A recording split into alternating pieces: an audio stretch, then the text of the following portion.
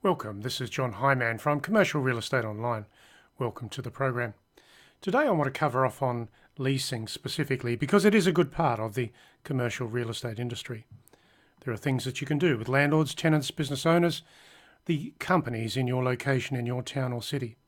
Leasing drives many other opportunities over time, as well as sales and also property management activities. Or indeed, if you are only specialising in leasing, that's okay as well, because you will have plenty of businesses to serve and companies and properties to work on. So let's look at this a little bit further. Leasing locally. Now consider the timing and the seasonal changes to businesses in your location. Seasonal changes mean that businesses tend to move at certain times of the year when it's convenient for them, which could be before the beginning of a financial year or just after the completion of a financial year. Businesses focus on results, so the financial year changes for a business can be critical when it comes to changing premises or expanding or relocating. So understand that for what it is and get active in your market around the changes of the financial year. The same can be said when it comes to holiday periods around Christmas time, where businesses are starting to slow down, and that is the time when they are thinking about relocating. It can also be said that there's a long lead time to leasing change, business change in many circumstances.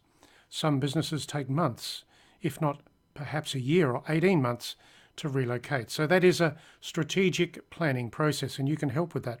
So work with businesses for the long term and obviously focus on their leasing needs as they seek to expand, contract or relocate. So the leasing process is driven largely by timing and property upgrades. Many businesses today like to upgrade their occupancy. And of course that means a better building, some building that can serve them more effectively and directly over time, both with staff, customers and operations. So if there is a new building coming into the market, that will shift the business focus, that will shift the business occupancy in your town or city, especially if it's a large building. So things change for business owners and property investors. Think about the changes, understand what's happening with supply and demand and the businesses in your proximity, in your town or city. Of course, as I said before, you can do something with all of this.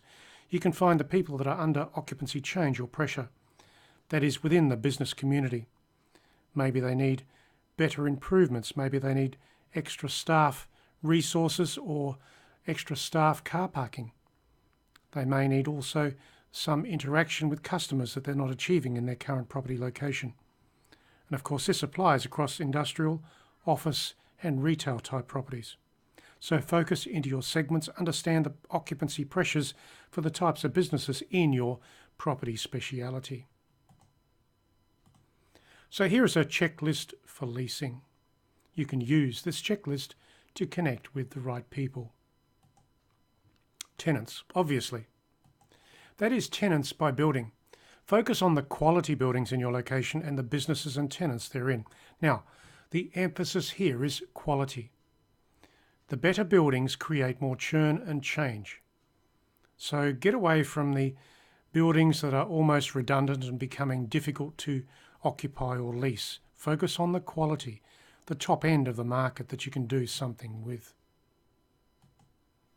Comprehensively and thoroughly go through the directory lists in each building for tenant names and company types. Now what you can do, of course, is take your mobile phone, your cell phone with you and simply photograph the directory list in each building as you're canvassing the area. Take that photograph back to the office and then start to go through the business telephone directory and make the calls. That's how you do it. In other words, you make direct contact. Tenants are important to your leasing success in your industry today, so get involved with tenants, local businesses.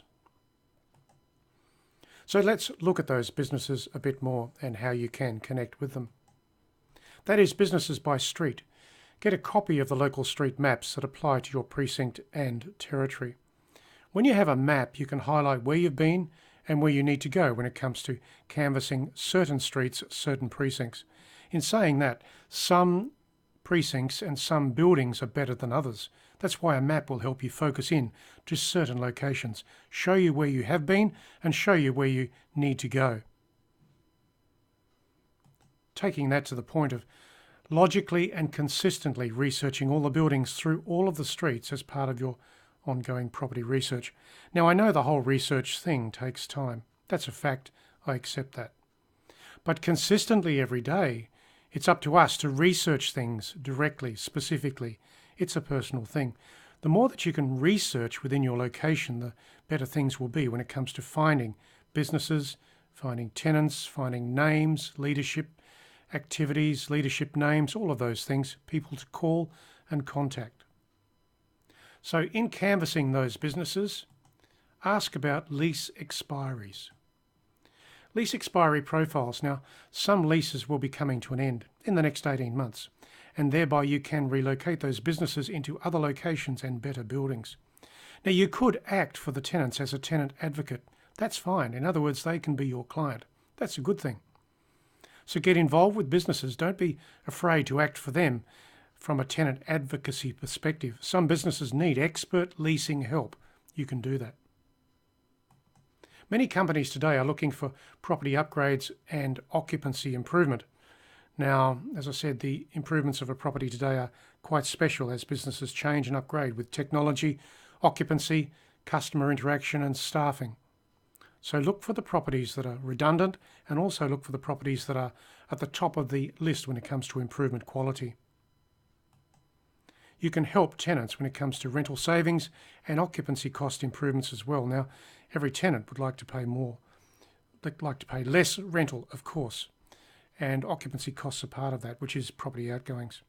So ask tenants about their occupancy costs, see if you can provide them with savings to relocation. And in relocating to a new building, there are bound to be incentives on offer. That can be a good thing for tenants in relocating. See what you can do with incentives in any relocation scenario in a leasing activity. So you should be working with the leaders of business today. Who are they? Business leaders, as part of your canvassing the business leaders in your location, get to know the larger companies and all the leaders in each case. Now, it will take time to get through to them. It's sometimes difficult to get to the business leaders in your location, but don't worry about that.